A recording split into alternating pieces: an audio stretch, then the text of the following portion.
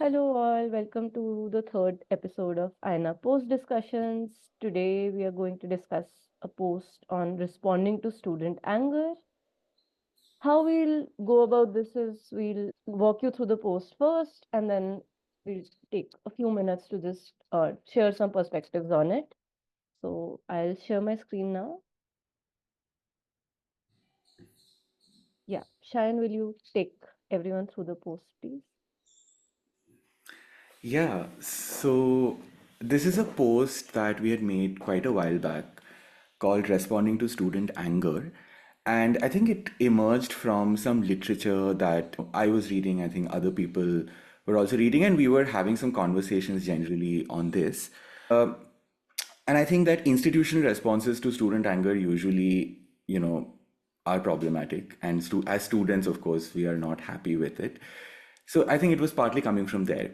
So in this post, there are three sort of scenarios that are being shown. So the first scenario is during a protest where there is a student or a couple of students actually who are saying that they're opposed to a certain fee hike, right? And they're obviously stating it very strongly.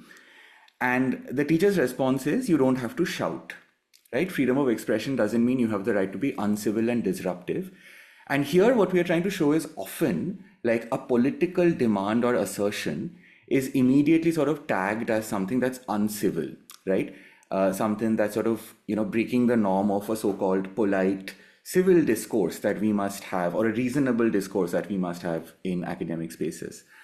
Then in the next example, we have a classroom sort of scenario where there is a student who charges the teacher or says makes her viewpoint quite assertively that how you're teaching an introductory course to modern Indian history without including any Dalit women, this is both casteist and sexist, right? So there is, of course, again, a sharp way in which a judgment is presented.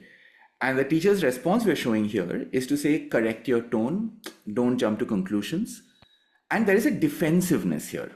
Again, this was coming, I think, from a lot of conversations and a lot of experiences that many of us had where, in scenarios where we have had slightly, let's say, uncomfortable conversations with teachers where some sort of a problem has been pointed out. Students often experience or see defensiveness in teachers. So that's something we wanted to point out here, that I've been teaching this course for years, I know what I'm doing. And similar to the previous one, there is a tone policing at work. And the third example is from a school workshop. And, again, there's a lot of literature in the West about this, where, a dominant institutional response to anger has been anger management, right? That anger is a bad thing. It's a stigma, right? Anger only, makes you sort of do hurtful things or do violent things, right? And so institutionally, it's important that people regulate all these sort of disruptive sort of emotions. And we're showing sort of an example of a meditation sort of session, right? Which is, I guess, more popular now in school settings, where a teacher is saying, breathe deeply, you'll feel relaxed, more in control. This will help you in managing your anger too. And the student is thinking, I don't need to calm my anger, my classmates need to stop bullying me, which is to say that the regulation is always at an individual level, right? And it doesn't necessarily address the social, structural, interpersonal causes for why you're feeling so agitated and why you're feeling angry, right? So this was the post overall. And I think now we'll just have a general conversation on, yeah, some of the ideas in this post. Yeah, thank you, Shayan. I'm removing the screen share. I'm just thinking that this was one of the few posts we did that was on a specific emotion and especially like a specific student emotion that goes across settings, right? So it's not just higher ed. I'd forgotten we also had a school scenario in that. So just want to start off with this, like anger as an emotion in institutional spaces. Why do we think it's important to talk about it at all? I mean, were there conversations about it in your institutions at all that can be at the level of, say, even peer discussions? Yeah, I was just trying to think back to what kinds of conversations on anger I have been a part of, and situations where anger has gone unexpressed. Um, and I think that really tells me why anger is important in institutional settings to be able to safely express. Because if you don't have that space, then it festers and it breeds all kinds of isolation and distance and alienation from not just the institution but also learning itself, and uh, yeah, like the educational process, all the relationships you have in that institution, whether it is with your peers or your teachers. um, so yeah, I think if there's no culture of acknowledging, expressing, receiving, which I think is the harder part of this also in some ways. um yeah, it can really cause damage to how you experience, I don't know, like school or university or college or whatever. Yeah, so I think that for me is the very simple reason why it is important. I also think that student anger is a very common feature of, I mean, just generally any institutional space. You may have a lot of anger, and it's often something that goes unacknowledged as well. You don't even realize that you're experiencing an anger until, maybe it's taking the form of some sort of collective action, or you're having some conversation where you're able to verbalize it. And that's also very rare. So I think at the very basic stage, also being able to verbalize what you're feeling, and which is a very common feeling because status quo and hierarchies are very big in student institutional spaces. So when that's reinforced to you, it's natural to feel anger. And I think that a lot of people naturalize it also, and they kind of go with it and learn to, interiorize some of those hierarchies. But yeah, I think to have some of those conversations about what that anger looks like and why we're feeling it and what that means about our structures that we exist in, that's, I think, an important conversation here. Yeah, I really agree that I think it's the lack of verbalization or like treating it as natural or like hota hi hai ye to. I think that's what also leads to a lot of the kind of alienation that Nidhi was also talking about, right? Yeah, I think anger is important to talk about because it is stigmatized. And I think that anything that we are sort of uncomfortable with, needs to be probed. Um, Also, I think that, we tend to flatten anger. Anger definitely can manifest in ways that are aggressive and that are violent, right? But I think the motivations for anger are different. And a lot also depends on who is angry and, where is the anger coming from. There are historical, structural reasons for why, injustice or living within unjust relations, prompts anger. And anger, is a very sort of normal and important response to injustice, right? But we tend to sort of confuse it with maybe, other forms of anger, which might be petty forms of anger or defensive forms of anger or spiteful forms of anger. Not all anger is equal. And I think that we need to have a conversation on anger to really understand what are the different ways in which anger is operating and what they're telling us about yeah, society. Yeah, absolutely. And I think we will also talk about navigating different forms of anger later, because I think as a teacher or a person of authority in an institutional setting, you might be faced with both the valid and slightly more lashing out forms of anger, and both have to be, I think, responded to differently but carefully regardless. But right now, I do want to think about like our own relationships with anger as a student. I also am curious about that because I think for me it's been largely a relationship of suppression. So uh, being, say, uncomfortable in the face of anger at the first moment you encounter it. So because I think that's gendered socialization also, that you do not express anger, feel it all inside, but you do not say it out loud. And I think that's really weakened my sense of it through at least school and undergrad. Then I think like encountering it in different forms did help, right? So yeah, I'm just curious, what has been your relationship with anger as a student? And it can be in any institutional setting, not just higher ed. Yeah. I think for me, not being angry was being disciplined, and I think that was something that was reiterated quite a bit. So, as I grew up, I became more disciplined, but then it was also unlearning a little bit of that when I came to college, and I saw people being angry, and I saw anger actually as an emotion that is good. And there's a line people draw between passion and anger, and those also started to kind of blur. But that's not to say that I may not have like completely not participated in any student anger, because there are lots of types of angers that are normalized, like gendered, anger towards a teacher, maybe, or different kinds of anger which have undertones of violence, maybe anger to your peers, things like that. So those are like, I may have picked up social cues where I could be angry at some people, but I couldn't be angry about certain things. So I did realize that I had done quite a bit of that growing up. And then I wanted to be a little bit more intentional about how I'm thinking about anger when I was in college. And a lot of conversations I had with my peers helped me shape that a little bit. But yeah, I think it's still an evolving process. And that's also something we should discuss as we exist in non-educational institutions as well.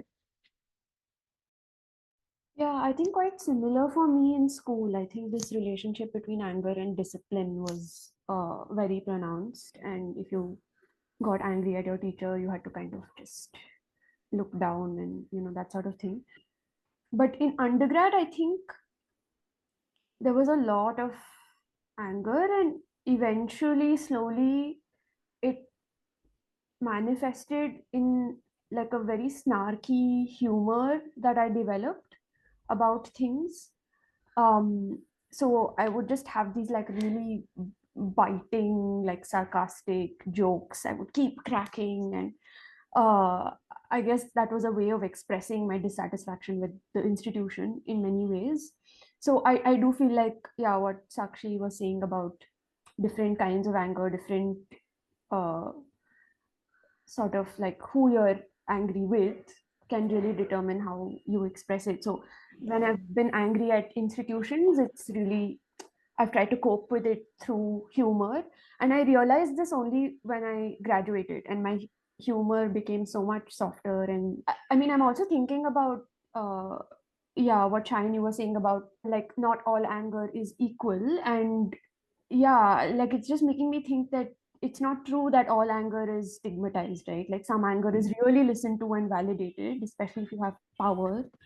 Like male anger is really validated, upper caste anger is very validated. And I'm thinking about all of these things that during undergrad I would hear about, and it would get covered, etc., on the news and DU, the ways in which classrooms were disrupted by right-wing groups and continue to be, right? Like, I mean, so yeah, it's complicated.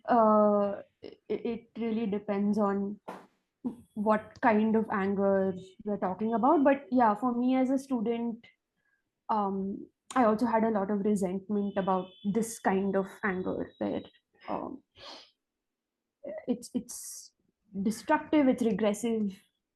Uh, that form of it was also quite scary, I think.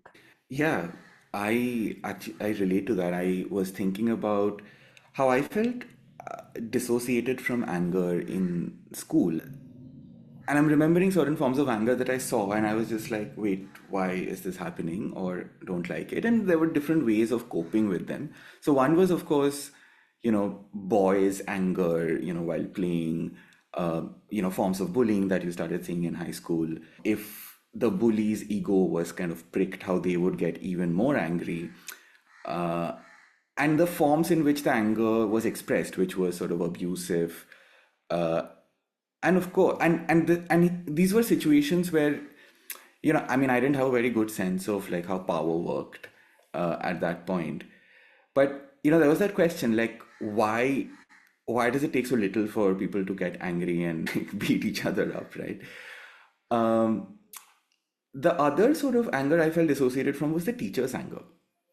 And this was interesting because as students, we'd just be like ironic about the whole thing, right? Like we would accept that the teacher would come in, lose their temper, would scream at us. I remember in class 11, our class teacher came and it almost felt like she was having a heart attack. She was so angry and she screamed and then she just started crying and she held her heart and she was like panting. And we were just, all of us were collectively dissociated from that moment, I felt. Right. We were still like, just what's going on? We don't get it. Right. We never felt like we were culpable enough for the teacher to be so angry at us. And so we never understood what were we doing exactly. But I think what started changing in college is that, like Vrinda, you said, like maybe it was repressed because I remember like when I started feeling angry, it also felt weird as an experience because it felt like I was a little like stilted, like I couldn't actually express what I really wanted to say because I felt like I had no form in which I could express it, which felt like thoughtful or non-problematic. And then there were moments of like expressing anger where it felt really disruptive for the body, where I felt like, what did I just do? And I don't like understand myself. So there was, I think, through expressions of anger, and these were mostly, I think, interpersonal. Before like, political anger is something that I got introduced to more. I feel like interpersonal anger also sort of reoriented my relationship with the body. It's almost like you start thinking about how does this emotion operate inside you? What are the ways in which it comes out and why? When sort of people were angry at me, and here I'm talking about peers, right? So with teachers, sure, you have a certain like structural reading of it, and sometimes you feel like it's unfair. But with peers, with friends, with partners, I think my initial response was just that, okay, why are they so angry? Like, can't they say this nicely, right? Uh, but I think it also then extends your empathy to understand the intensity with which people feel like something may be unfair. It could be something like, okay, I'm not being heard, right? And how that's sort of growing as a feeling, and then it expresses itself in a certain way, right? It could be resentment, it could be lashing out, and sure, there are problems with that too. But I think that helped me kind of understand how these interpersonal things happening because of which anger accumulates. And then I think especially from I think masters, MPhil, PhD, I think thinking about political anger became really important because especially in activist spaces. And even in those spaces, I think we need to think about what kinds of anger uh, or what are the ways in which anger are expressed or need to be expressed. And I think that often like that maybe there's not enough reflection on that, and there are certain like tropes within which we sort of try to demonstrate our political assertion. But I really agree with Nidhi also that um, yeah, like certain kinds of anger are validated whereas other kinds of anger are stigmatized, and we also see that in the sort of political arena, and that's something we also need to sort of work through. So I guess that's been sort of my whole journey as a student, thinking about different kinds of anger. Yeah. So I'm thinking about my own journey with anger, not just as a student, but as a like young person. I think that feels like the correct phrasing because I think in institutional spaces, very similar to what all of you said, there has been this like acha bacha link with not getting angry and this like obsession with being the acha bacha, like unconsciously also. But it is through interpersonal relationships that one learned about okay expressing anger also.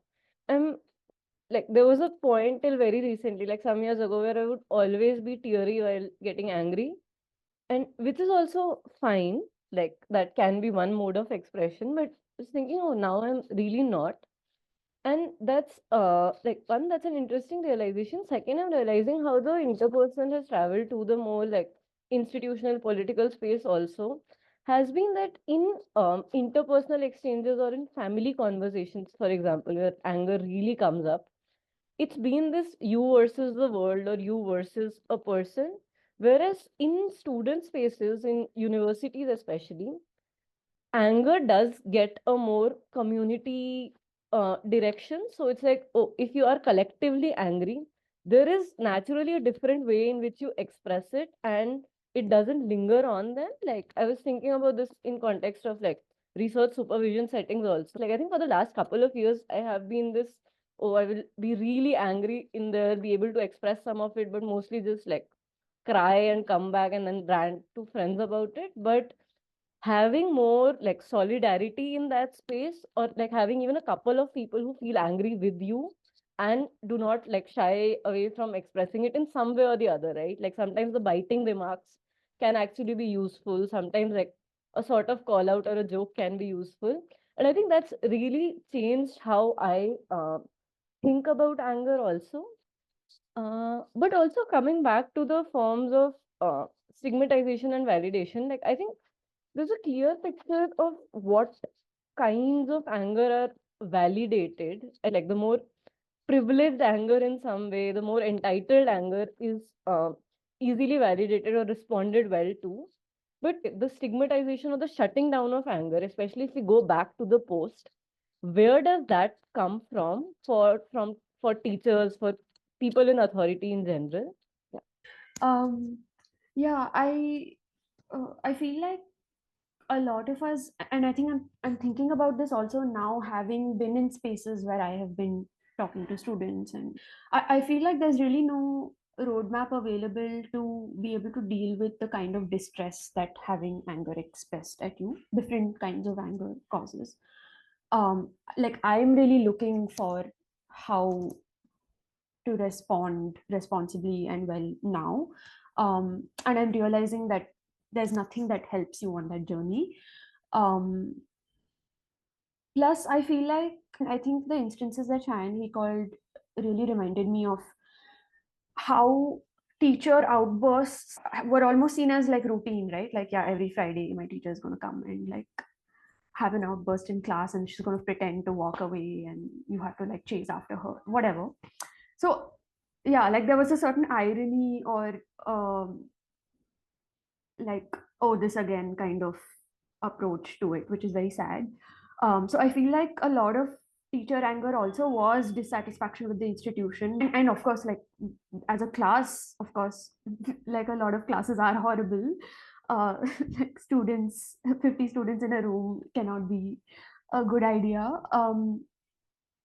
And so yeah, there is culpability, but how much is not clear to us. Plus also that there are complicated hierarchies when it comes to teacher students. There can be a way in which, in terms of institutional power, they are powerful, but in a situation it is possible for students to have power or leverage power in clever ways to make the teacher sort of listen to you, or yeah, like all of these weird dynamics happen. But also that teachers can themselves be from dominant identities, and that kind of defensiveness also comes from, I guess, like ideological socialization of like who to listen to, who not to listen to, what their politics are, and how to kind of strengthen that in the space of the classroom. uh, who a teacher is supposed to be, like, how much authority they are supposed to have. So yeah, I mean, it's difficult to kind of answer where does this come from without also addressing all of these different ways in which we become political beings in the first place, right? So yeah. So I think in institutions, there is no real mechanism to acknowledge that anger as an emotion exists. So it's either like pathologizing anger, or like, making it an individual thing, saying that, okay, you feel anger, and really isolating everyone, or just generally not having any acknowledgement of the fact that anger can arise. Like Nidhi said, that sometimes teachers will get angry because you placed 50 people in a classroom. So thinking about how people might respond, and how that could sometimes be angry, is sometimes not acknowledged in institutional settings. And that really manifests in violent ways for some people, and violent to the self, violent to other people. And there is obviously the fear of anger being a generative activity, and sometimes meaning that it could challenge the existing authorities and the existing hierarchies, which are really important to kind of make a school function or make any institution function. So there's that fear as well.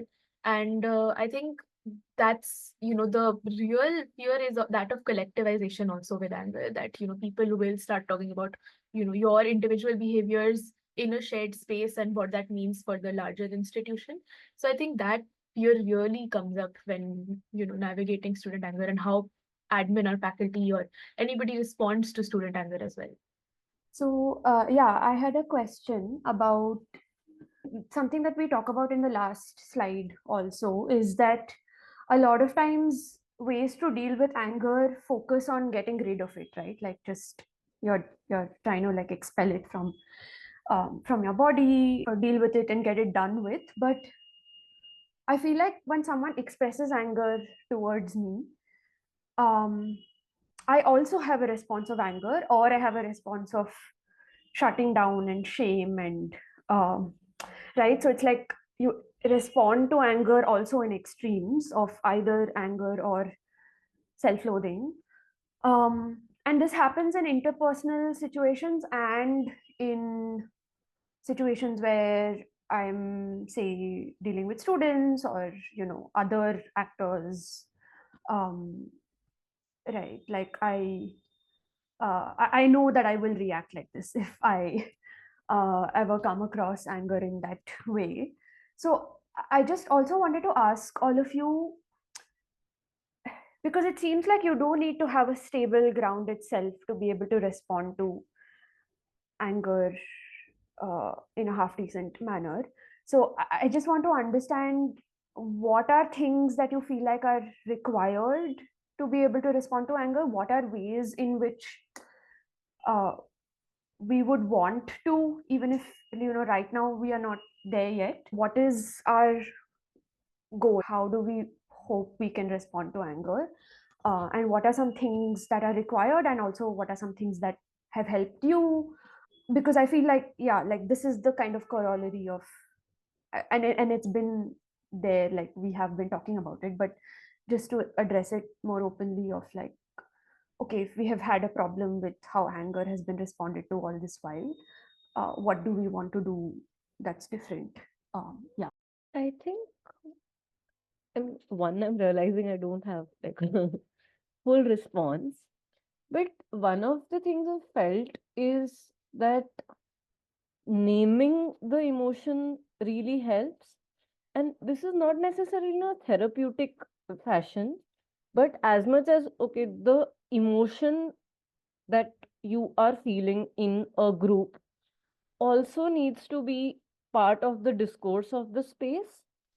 And I like, I do feel that anger is never the first emotion that challenges the status quo or that brings questions to light, right? Like, I feel like there's other things in the build up to it that are often ignored in hierarchical settings in general, but definitely in settings where dialogue is not encouraged actively.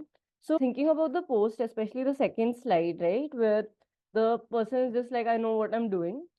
I feel like the opposite of that. So, there are forms of anger which I feel like are easier to be receptive to if you do, like, if you are okay with just some form of feedback in a purely dialogic sense, right? So not just like critical feedback also, but you're really listening to the student or to the person in front of you. The form of anger that is somewhat more violent or like louder as a sense does happen when like those kind of conversations have already been discouraged or prevented. Perhaps not always, like sometimes it is like a direct response to an action, and that I'm still thinking about how to do. I think, yeah, one is like naming the emotion, the other would be like having different spaces in which that emotion you are having in response to someone else's anger, that can be addressed. So I mean that, like, okay, so as a teacher I should also have a community which I where I can take the anger that was like given from the student to me, and so it just does not become everyone's responding to hierarchy with more and more anger, and nobody's really addressing it, which is also how at least schools function a lot, right? Yeah, and I think adding to that, anger is mixed up with so many other emotions at the same time. It could be a sense of your own inadequacy, it could be accumulated resentment, it could be feeling that this is unfair. I think in the kind of contexts that Vrinda was referring to, for example, a classroom setting where, let's say, as a teacher, you are receiving anger from students, right? I think it's important to understand. I mean, all the examples we used, for example, they are talking about something beyond just the individual, right? So even in the second slide, where the student is saying, you know, you are teaching the course with limited perspectives, right? But even as a teacher, you have shaped a course through, let's say, the discourses that you're part of, right? So it's not necessarily always an attack on you, as an individual. So I think that helps me personally to try to understand that, okay, there are many other factors at work and this is not just about me. And that helps me then pause and sort of sit with it for a bit and come back to it with a response. And sure, even in that response there might be a frustration or sadness, or a sense of inadequacy, and I think it's important to be honest about it also, right? Rather than saying, okay, I have transcended anger, and I am so receptive to like feedback that's said in the most sort of aggressive ways. You know, obviously it's going to hurt and it's going to feel bad, but I think not when you don't make it about yourself, then you just get a little time to be deliberative about it and come back to it, I feel. And also that sort of constant understanding of your positionality in this dynamic, right? So you are receiving anger within a particular power dynamic, right? So are you in a position to take it, right? Are you in a position to accept it, to redirect it, to respond to it, right? And sometimes you're not, in which case, sometimes you have to perhaps dissociate yourself from that situation, right? um, I think at a more interpersonal level, let's say with friends or peers or colleagues or whatever, I think the only thing I keep in mind is that this shouldn't enter into the logic of revenge, you know, because the logic of revenge is that, you hurt me, then I'll hurt you a little more than that, then you'll hurt me a little more than that, and it sort of escalates constantly, right? So yes, you say something that feels bad to me, that upsets me, that I can respond to it, but not to hurt you more, right? And I feel like I mean, it's still a mystery to me, but I think that's the attempt to figure out how to do it better. Yeah. Yeah, that's very helpful.